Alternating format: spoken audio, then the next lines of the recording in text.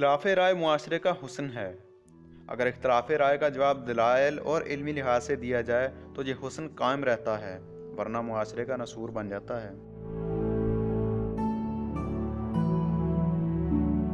मेरे नज़दीक कहकहा वो है कि जिसे नचोड़ा जाए तो आंसू टपकें हैं।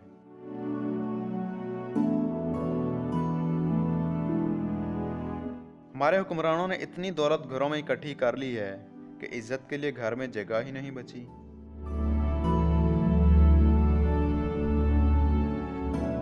अनवर मकसूद से किसी ने पूछा कि सियासतदानों को कैसे चुना जाए, तो अनवर मकसूद ने जवाब दिया, बिल्कुल वैसे जैसे अकबर बादशाह ने अनारकली को दीवार में चुना था।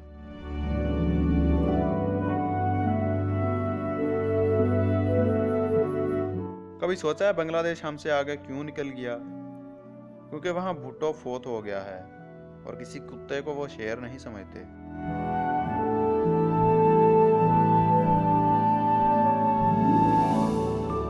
वक्त बड़ी जालिम चीज है, ये कलाइयों से चूड़ियां ले जाता है और झुर्रियां दे जाता है।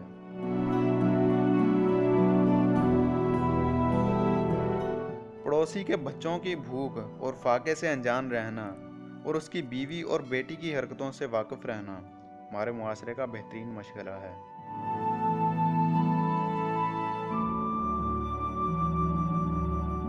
पाकिस्तानी को जब तक धोखे और खोते का पता चलता है वो उसे खा चुके होते हैं।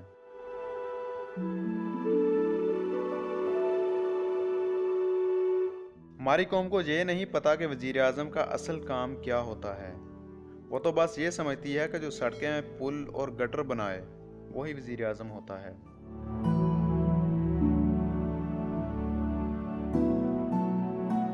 जो लोग एक दूसरे की मस्जिद में जाना पसंद नहीं करते वो जन्नत में एक साथ कैसे रहेंगे?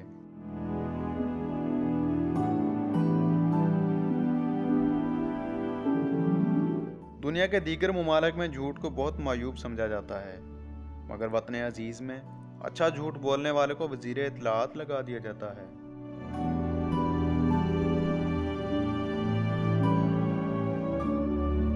वैसे खावंद अच्छा आशिक भी हो सकता है, शर्त यह है कि उसकी बीवी को पता न चले।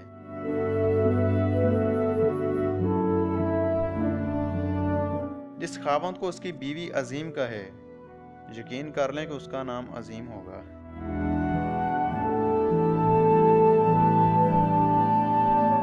आजकल के लोगों को इतना जल्दी जुकाम नहीं होता जितना जल्दी उनको प्यार हो जाता है।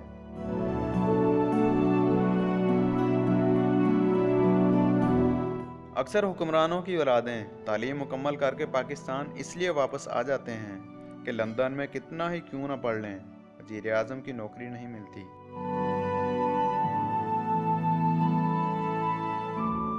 औरत की आधी ज़िंदगी खावंद की तलाश में गुजर जाती है और बाकी आधी खावंद की तलाशी में।